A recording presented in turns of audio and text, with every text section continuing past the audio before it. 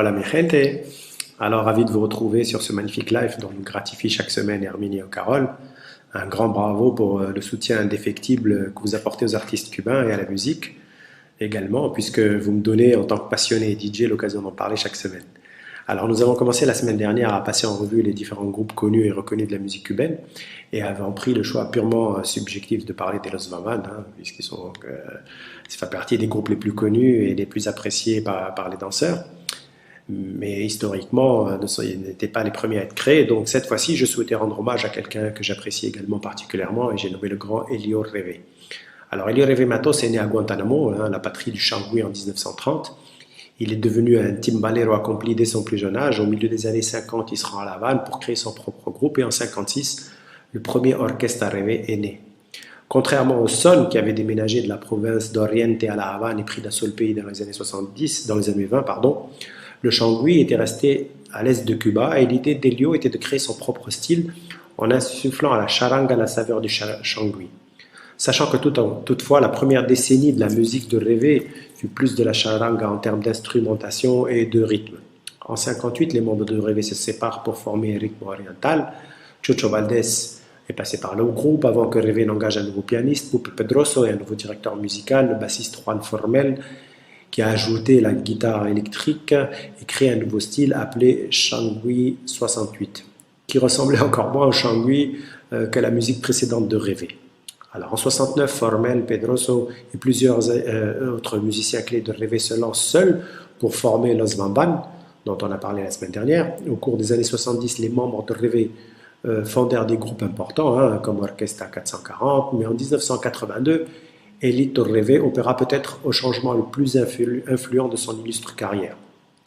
Il a ajouté bongo et tres, deux éléments critiques du Changui qui manquaient à l'instrumentation de la charanga, ainsi que trois trombones, dont l'un, Ignacio Herrera, a contribué à une poignée d'arrangements de génie qui ont finalement réalisé la vision initiale de Reve, c'est-à-dire fusionner la musique populaire de La Havane avec les éléments essentiels de la saveur de Guantanamo, le Changui.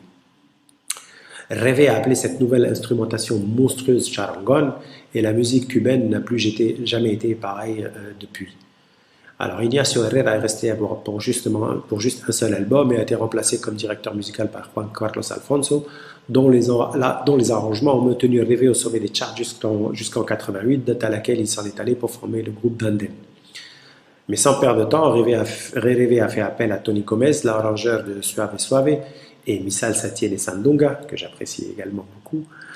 Il a également contribué à arborer l'une des meilleures formations vocales de Cuba, remplaçant Hector Valentin par Yumuri Valle, pour ne citer qu'un exemple. Alors, un regard sur le tableau généalogique de la timba montre le rôle central joué par l'Orquesta Reve dans le développement de la timba moderne. Nous ne saurons jamais comment Elio Reve aurait répondu à la révolution timba de la fin des années 90, malheureusement, car sa vie a été tragiquement interrompue par un accident de voiture. Le groupe a été toutefois repris par son fils Elito, qui a hérité à la fois de la voix bourrue de son père et de son étonnante oreille pour le talent. Elito est diplômé des écoles de musique, mais doit aussi une grande partie de son éducation musicale à son père. Il a commencé à l'âge de 20 ans avec lui comme pianiste pour le charangon et a également travaillé comme arrangeur pour de nombreuses chansons à succès du groupe. Elito a employé de nombreux chanteurs extraordinaires, tels que El Galo Lele, Rasalf et El Nene, Emilio Frias El Niño, bien sûr, et plusieurs autres brillants directeurs musicaux, tels que le bassiste Aysar Hernandez, dont le travail sur Fresquecito en a fait l'un des 10 meilleurs albums des années 2000. En 2011, Orquesta Reve a atteint de nouveaux sommets avec le CD de Estamos Hablando, qui a remporté à la fois le meilleur album de danse contemporaine et le Grand Prix Cuba Disco, événement marquant car ce fut la première fois dans l'histoire que ce prix était décerné à un groupe de timba. Le groupe est maintenant connu sous le nom de la Planadora de Cuba, le rouleau compresseur de Cuba, qui est également le titre de leur album sorti en 2014. En 2015, pour le 60e anniversaire du groupe, ils ont sorti le très attendu La Salsa Tiene Lison, un album reprenant les plus grands succès avec des chansons des périodes d'Elio Reve Matos. C'était aussi le dernier album sur lequel Aysar Hernandez a collaboré avant de partir pour démarrer son propre projet. Cela nous amène après à l'album sorti en 2018, Yo Me Muere en La Habana, avec le nouveau bassiste Roberto West Martinez Elfino et les arrangements de Roberto Carlos Cucurucho Rodriguez, Tony Gomez et Yanior Fares Hernandez. Elio Révé Junior est également l'un des fondateurs du Festival international de Changui qui se tient tous les 2 ans à Guantanamo. Il a enregistré environ 4 CD et un DVD que je recommande vivement. Le charangon a célébré ses 60 ans en 2016 et continue d'être aussi bon et aussi populaire que jamais aujourd'hui. C'est tout pour cette semaine. Je vous laisse savoir le titre. Mi salsa tiene sandunga. Balance la sauce, mi hermano. Hasta pronto.